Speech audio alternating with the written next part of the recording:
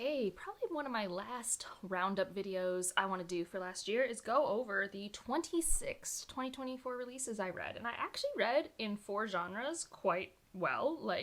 So I figured I'd go through each genre and rank them from least favorite to favorite with why. So it's going to be hopefully 26 books within 30 minutes recommendation video. We'll see how chatty I get. But I've got 5 sci-fi, 4 romance, 6 horror, and 11 fantasy. Obviously, some of these things could probably be put in other categories by different readers because there are some genre blendy books, but this is what I decided to do. Let's start with the category that's probably least interesting, which is romance, because chances are you do not follow me for romance recommendations, but I did read 4 romance books that were released last year. My least favorite was Earl's Trip.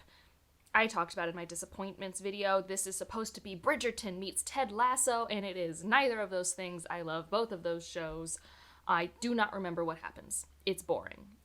So yeah, you don't need to read this one. I'm sure there are better, Edwardian romances out there for you. This one was just not it for me. Whenever I try to remember it, I think about Verkosigan, which is weird, but it has more of it has a Regency romance book that I've read, and the Verkosigan one is just so much better. So much. Next up was Bride by Ali Hazelwood, and this was fine. I had a good enough time with it. It does suffer a little bit from when I read it.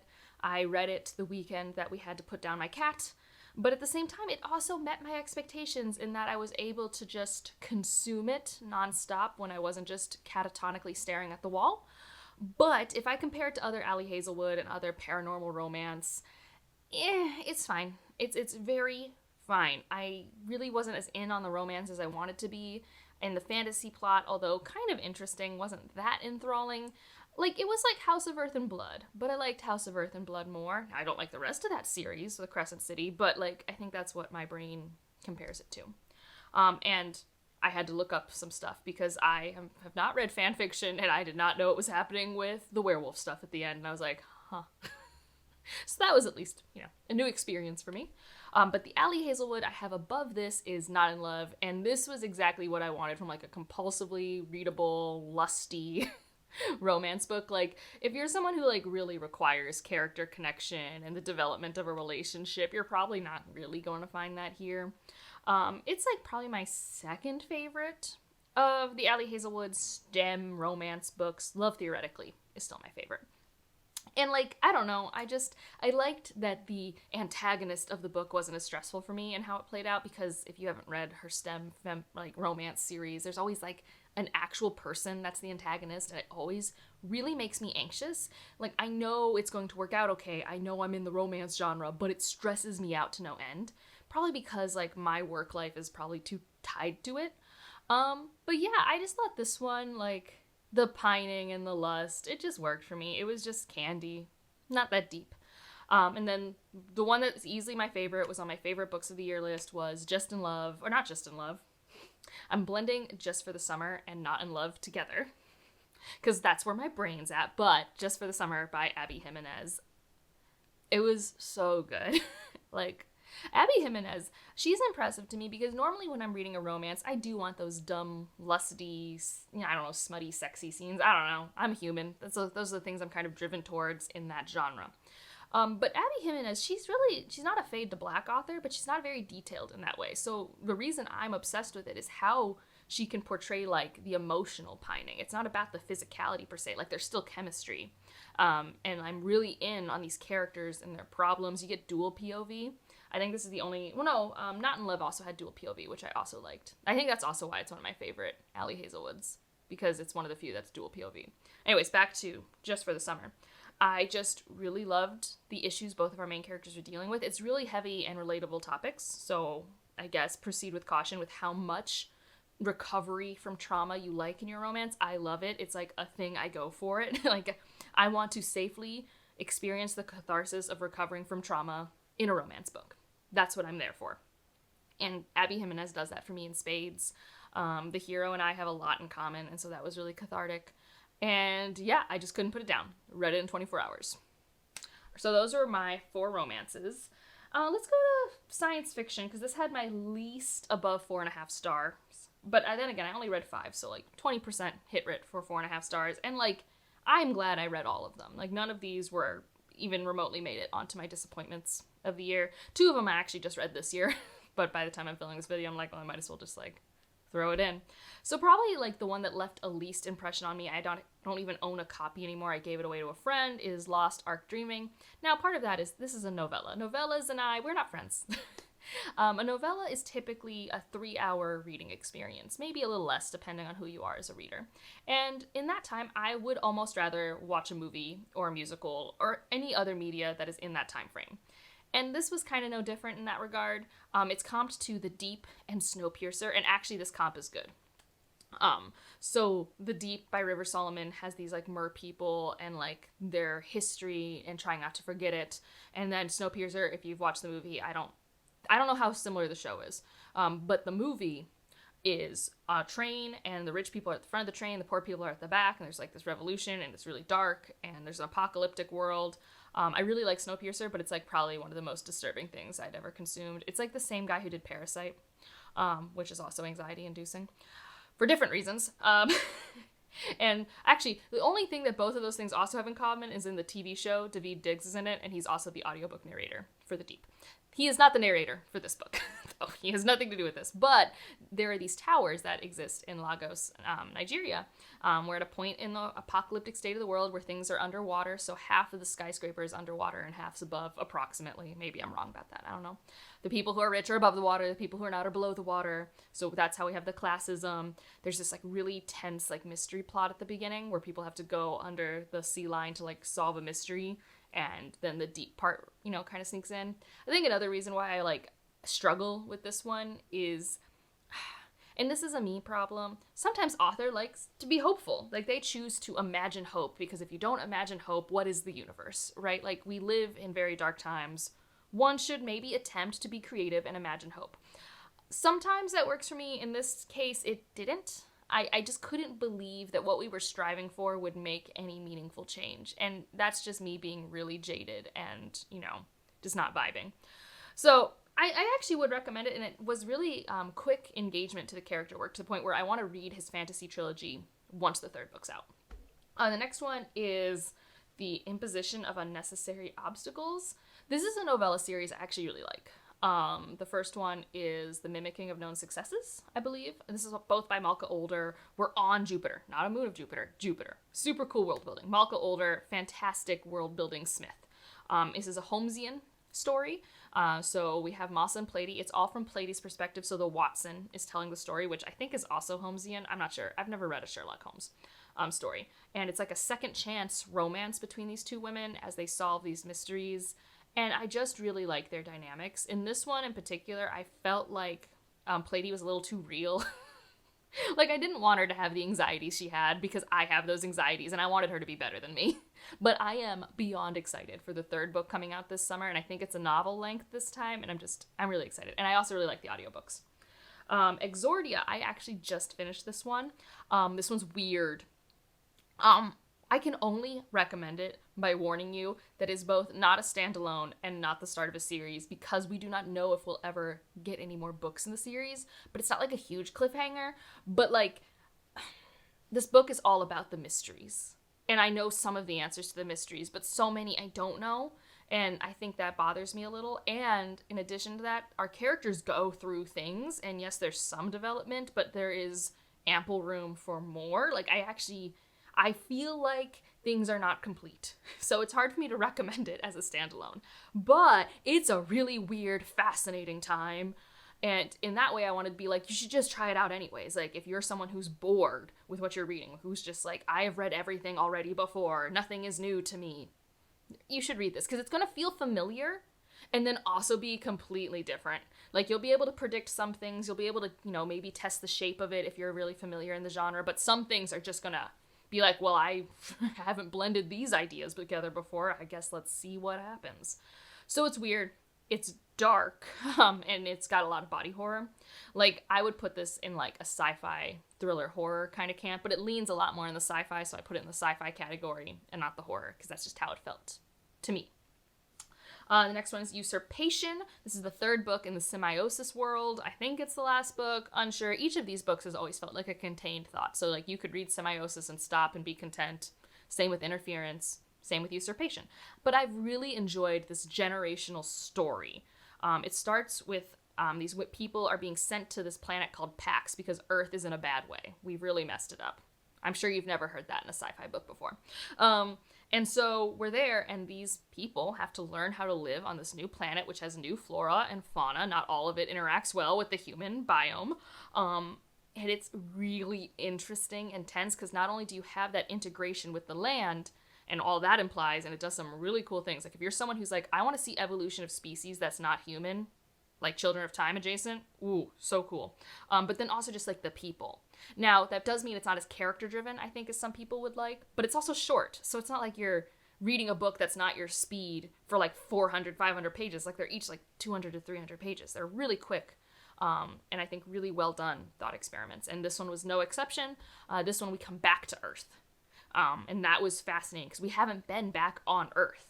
The first two books are both on Pax. So I thought that was a really cool extension. And then the last one, my favorite, Those Beyond the Wall by Micaiah Johnson. This is the sequel to The Space Between Worlds. And I enjoyed reading it. What else is there to say? This takes place after the events of Space Between Worlds. And I guess what you need to know about this series is that we have people inside the walls and people outside the walls. And the people inside the walls kind of stole that land. Okay, so that's where there's this tension between these people. And then there is also classism, racism between these groups of individuals. In the first book, we're primarily inside the walls, following a character who has unique economic opportunities because she happens to be dead in all of these multiverses, so she can jump for this company to multiple multiverses. That book I really love. It's one of the strongest debuts I've ever read. I have a review video for it somewhere in the back end of my channel. This one takes place outside the walls in their community, and how they handle rehabilitation of crimes, how they handle resistance is really interesting. How they handle community and like communal living. I really enjoyed a lot of it, and I really enjoyed it from the lens of, I think I said it wrong last time, but I don't know if I can say it right. Is it Mr. Scales? I don't remember their name. But she is incredibly abrasive, unlikable, selfish, one of those people that has been rehabilitated, and I think that was a fascinating lens to see this story through. And I think it's thematically challenging. I don't know if you're going to agree with everything this author lays out, but that's what science fiction can be for sometimes. You can really sit into different thought experiments and really challenge yourself to be like, do I agree? Do I disagree? Am I just an observer here? And I just thought this was an outstanding addition to our science fiction, lexicon. All right, next up, let's do horror. All right, so my least favorite, and I always have this caveat, go check out other people's reviews. Rachel from Shades of Orange, Bethany from Beautifully Bookish Specialty, they both love this book. I just don't. This is Womb City.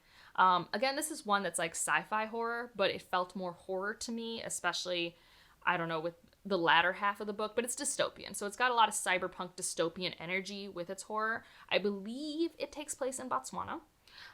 And so we start with this character who's a woman, and women are generally, there's a lot of misogyny in this world. But then there's also this idea that your soul can be put into different bodies. This part is really cool, but doesn't make a lot of sense to me because it was both explained too much and also not in a way where my brain could latch onto it. And I don't necessarily think that's a me problem because I'm generally pretty good at grasping onto complex things in books. Like I just read Exordia, that was really weird. Regardless, you can hop between bodies, but if you end up in a body that had committed a crime, you are responsible for that crime. And so that's very fascinating, and that bleeds into this. Now, where it lost me is it has the genre blend, and I didn't think it worked well. It's really plot-driven, which isn't like my thing. It's 100 pages longer than I want it to be. And here's the thing. I think what it's trying to say is even if you mess up, you shouldn't be punished to this extent. The system is rigged against you, even if you were perfect. I think that's what it's trying to say. But that said, our main character commits a crime that I do want to be punished. Like, she commits a crime that I categorically don't think, like, I don't think she should be killed. Like, but it was incredibly selfish. There is no universe where I'm like, oh yeah, you go queen. You're allowed to do that. Fight the system. No, this was an awful crime. Like, awful. And I spent 200 pages having to try to find sympathy for this character who is now haunted because of this crime they commit, and I just, like, couldn't get on board. Like, I could not. I have a relationship with drug abuse that does not allow for me to handle what this character did with drugs. Like, I could not. So I don't think I, as a reader, could ever personally get past it. Now, that said, horror books aren't meant necessarily for those likable characters to root for. So I could see someone really loving this and not having that barrier that I do, but I could not. And by the time we get to some reveals at the end, I was just reading it to finish at that point. And I was also bummed because I really like the short stories by this author, and they're way more challenging and fascinating to me than this. This was a pretty straightforward dystopian horror book to me, for the most part. I mean, it has some interesting elements, but it wasn't as experimental as her short story work, which I get. You shouldn't be experimental for 400 pages, but I was kind of hoping for that. All right, next up is What Feasts at Night by T. Kingfisher. This was fine. It was a great continuation to the What Moves the Dead series. It just doesn't stick with me. That's why it's this part of the list, and, you know, it's a novella, so not always my favorite. I really like the audiobooks. I like that this one was more paranormal. I like that we get to go to the homeland of our main character. But that's honestly all I remember. I mean, it was T. Kingfisher, so, like, I had a fun enough time. It was good, but this has definitely not been my favorite project that she puts out. Haunt Sweet Home by Tara Pinsker, also novella, because apparently I was reading a bunch of novellas, and I also don't own this one anymore. I gave it to a friend for Christmas. So this is about a world, like, it's like our world. It's contemporary, but it's not our world. Sarah Pinsker does that a lot. And so there's a TV show that basically is a home improvement show meets a paranormal, like, we're gonna find ghosts show. So as people are renovating their new homes, there are gonna be hauntings at night. And our main character is on the night shift that produces those hauntings. But as the story continues, there's actually something paranormal maybe at foot haunting our main character. And I'll leave it at that. It has some mixed media elements. I don't think it's particularly, like, creepy. It's not bone chilling. But I enjoyed what it was doing with its elements. It was a nice little story. I think Sarah Pinsker has creepier things. Like, I've read her short story collection this year. She has creepier ideas. But I think this one was nice. Especially with, like, the themes of identity and finding your path and finding what fulfills you. I think it did that, like, relatively well. Next up is another novella. Apparently I read a bunch of novellas this year. Who am I? The Woods All Black. This one actually was probably, well, I mean, I did rank it higher than the other, so it was my favorite novella of the horror novellas. We have creepy Appalachian town historical horror. Our main character is a trans man who comes to this town to be a nurse, and everyone obviously is dead naming them, misgendering them, but they're okay with it for the most part. Like, they don't love it, but they're there to try and give people reproductive health that they need, trying to take care of people, give vaccines. So they're trying to fight through all of that hatred to do their job.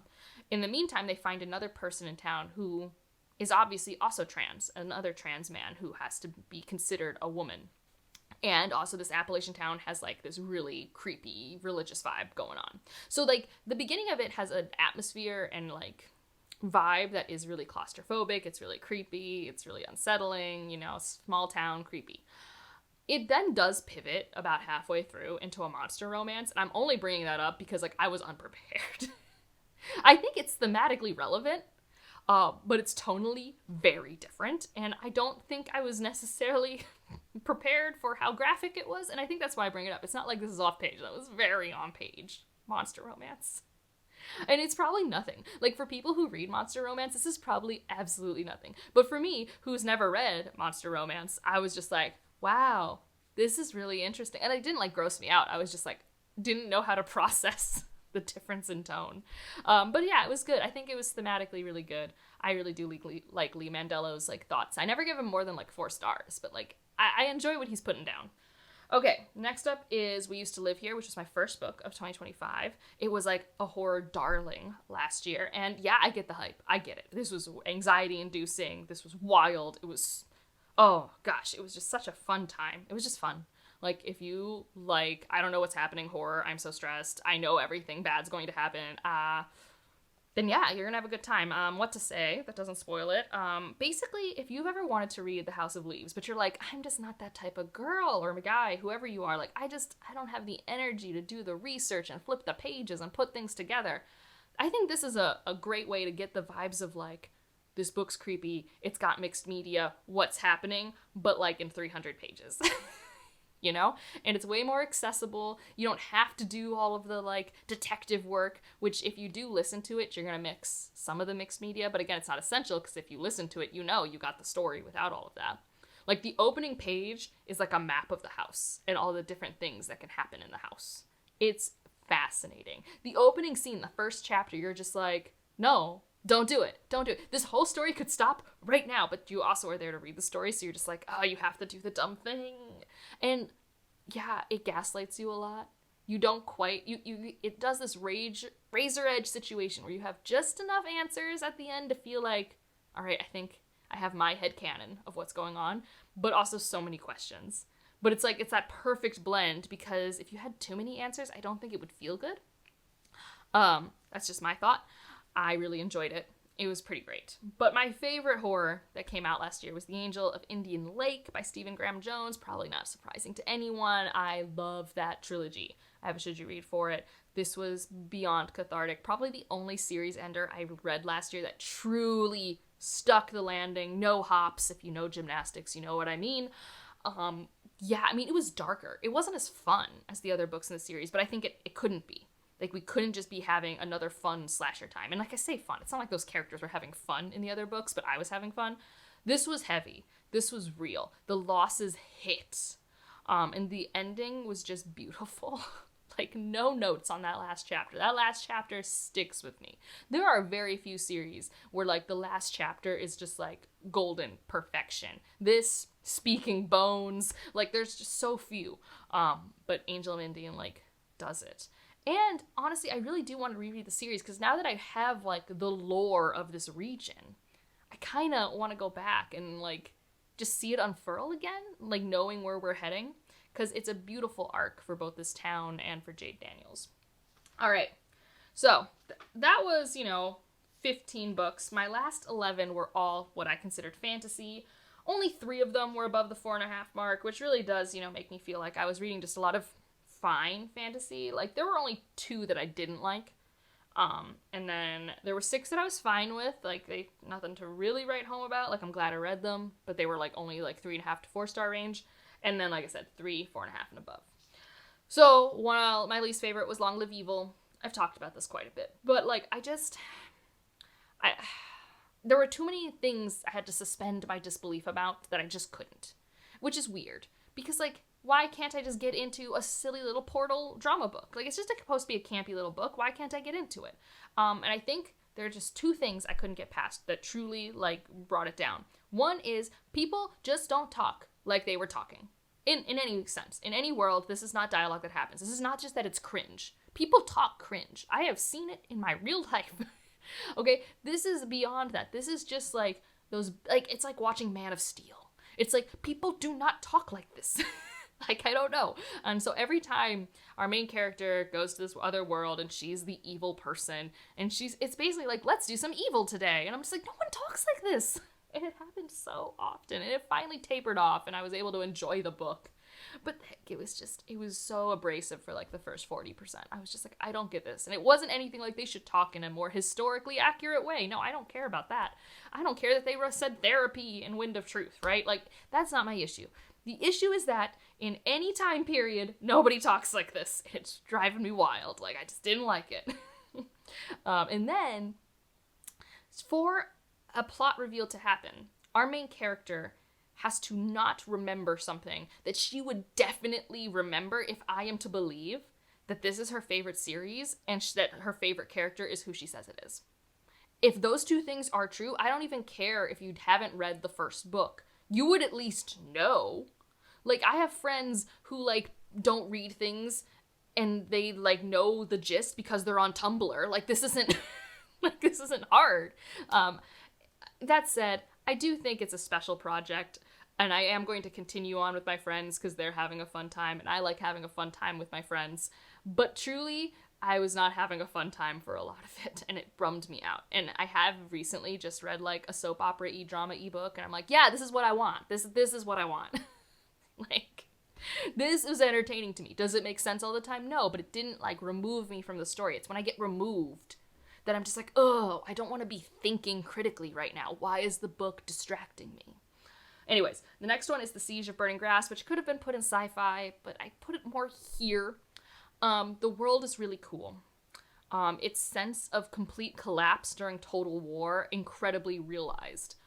I don't like the main character. I don't think you're supposed to. It's incredibly densely written because this author, she just has a really rich writing style. So if you're writing style driven, you might want to try it.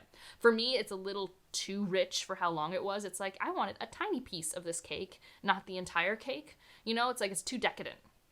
So that hurt my momentum. And then really the thing that made me truly not like it, and this is again like not Arc Nova, what was it called? The Lost Arc Dreaming, where it's like I cannot believe the ending. Now in this case, it's more egregious than Lost Arc Dreaming. Lost Arc Dreaming was choosing to dream.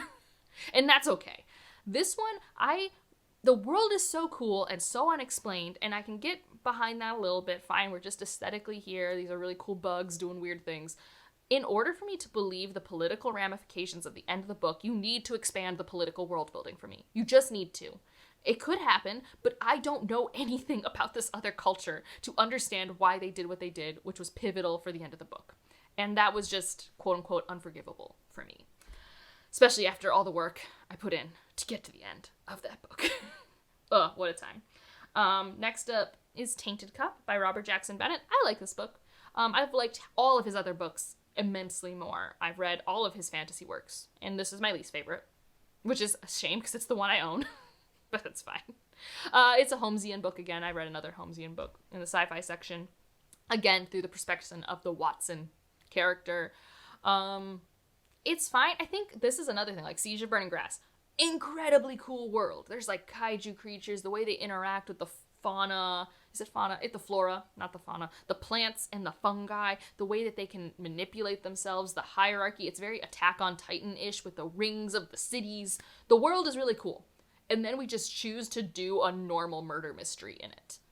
And that's just, it didn't work for me and my taste as well as I would like it to. I read this during a time where I had all spring break. I had all the time in the world to be sucked into a book. And it didn't work. It didn't work. I was bummed. But I still want to read the sequel. Like, I still have an arc for the sequel. Maybe I'll like that mystery more. But yeah. And, like, I was a little bummed also because, like, this, is it The City of Stairs, is also a detective story. But it's not a murder mystery, I feel. Or maybe it is. I don't know. That one worked really well for me. So that's why I wasn't as hesitant to pick this up. Because I'm just like, well, he's been one of the authors who breaks the rule. But he didn't this time. Next up is Tidal Creatures. This is the third book in the Alchemist Journals by Shauna McGuire. Middle Game being my favorite. I like this one a lot more than Seasonal Fears, but it's still like just like a 3.5-star read. Enough to make me want to like continue on with the series, but like nothing will hit like Middle Game. And this book is probably only as good as it is because it has Roger and Todger in it. But I also do like exploring the moons more than I liked exploring the seasons. It's just a really weird series. We'll see how it sticks the landing in, like, I think 2 books. I think there's 2 more books left. But it was a good time. Like, I didn't mind reading it. It breezed through. It was easy. I had fun. Next up is The Sky on Fire by Jen Lyons, who wrote the Chorus of Dragons series, which I adore. This is just fine. It's heisty. I'm not a big heist person, so that's probably part of it. Very plot-driven. It's a really cool world. Like, if you like a dragon-person dynamic and how toxic that is, a la Fourth Wing, but without, like, the romantic-y trappings, this is good for that. It was just fun. It reminded me a lot of, like, consuming the Dungeons & Dragons movie, but in a different world. But, like, if you like the Dungeons & Dragons movies and you like reading things that remind you of that, I would check this out. The Emperor in the Endless Palace. This one surprises me how high I put it, because I think it stuck with me more than I anticipated. Not enough to put it on other lists, because it still makes me incredibly uncomfortable, and I still don't know if I entirely agree with all of its thematic trappings.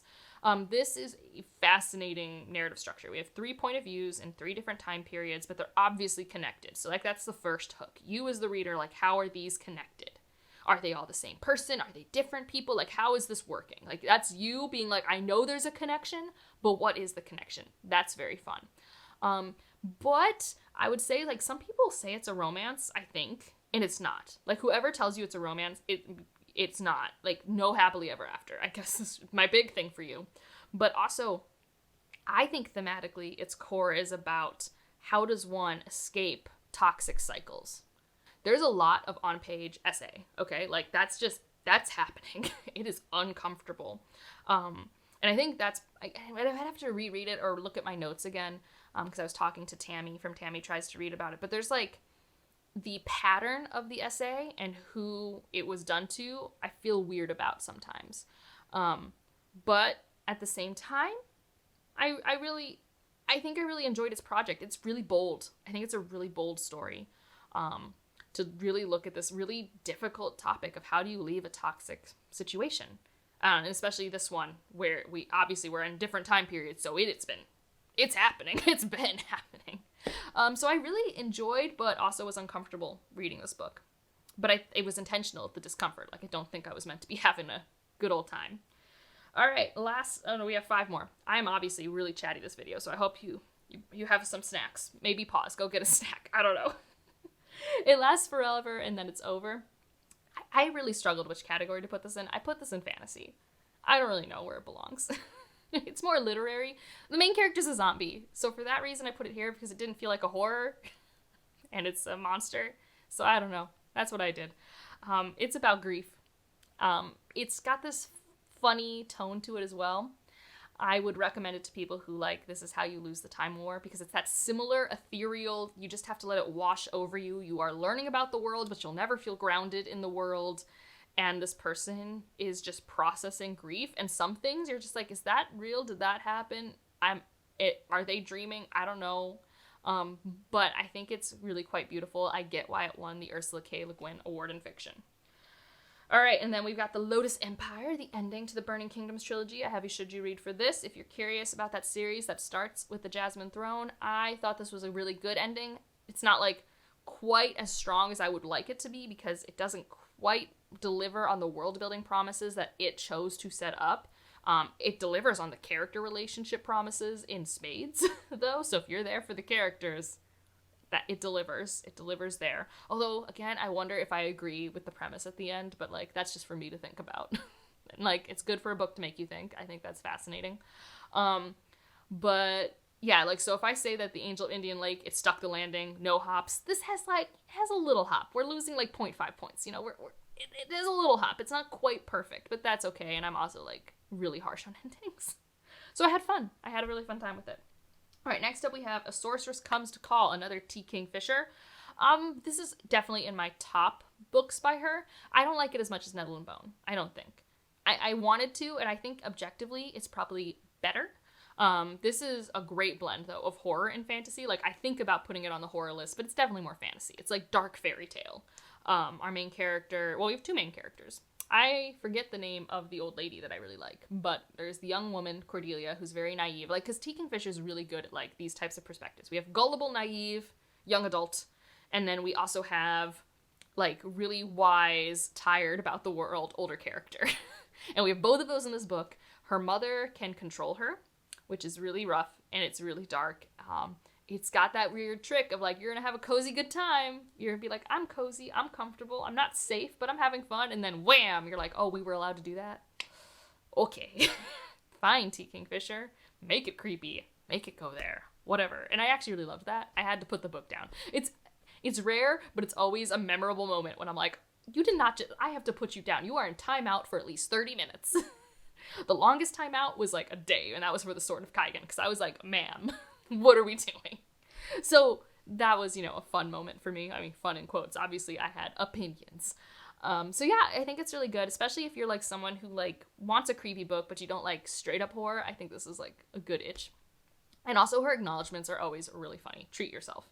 Next up, we've got Warm Hands of Ghosts, another one that I would say is like horror adjacent, but is more fantasy. It's historical fantasy, which is not always my thing. This breaks the rules. This is a book that shouldn't work for me, and does, because it's Catherine Arden. It is World War I, historical fantasy, and it really captures the horrors of war while not overly glorifying it, while being respectful to the soldiers, and also putting the blame where it really needs to be. We follow this woman and her brother in their 2 timelines, because we're trying to figure out what happened to him. So that has a really fun pace to me, because I really like her present day point of view, which some people don't, but I really do. And I like the mystery of the brother, and I loved how it was about connections. And it made me read like World War I and World War II nonfiction afterwards, because I was just like in my feelings about those wars and why they happen, especially because like we're like 100 years from that now. So to think about it and to think about the cyclical things that keep happening in our world. And she's also great at transitions. Like, this is a transitory time. We're going from the 19th to the 20th century. The change in tech and how that's perceived. She captured it so well. And it's the same with like folklore, and that's where the horror elements come in. And it was really good. I really enjoyed it. And then the last one is Winds and Truth, which I love.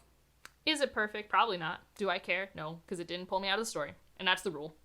If I'm reading something for fun, and it delivers on my for fun premise, and it doesn't pull me out of the story, you get an absurd high rating. I don't make the rules. I don't pretend to be some critical reviewer who gets paid by the New York Times. That is not who I am. I had fun. Like, I had a fun time. I've been with these characters since 2010, and it was so fun seeing where they ended up. It was so fun. And I really want the next book, but when don't I want the next book? I have a should you read for the series, and I talk about it a bit more in my end of series wrap-ups that I did, so I don't need to ramble on more about it. So yeah, long video. Those were the releases that I read from last year. So you can decide, if you haven't read any of these, if they're worth it for you. If you want to pick them up, if you missed anything that was worth trying out, let's hope for more great releases coming up, maybe even a stronger year. We shall see. And I would also love to know if there's any books that you've read recently. It doesn't have to be from 2024, but that, like, based off my taste here, you think I should be reading that I maybe missed out on. Would love to know. Just leave like a reason why as well. You think it would work for my tastes. And if you just want to leave an emoji to let me know you're here, leave a horse for a Sorceress Comes to Call. If you know, you know. And otherwise, like if you liked it, subscribe if you want to, and I'll see you in the next one. Bye.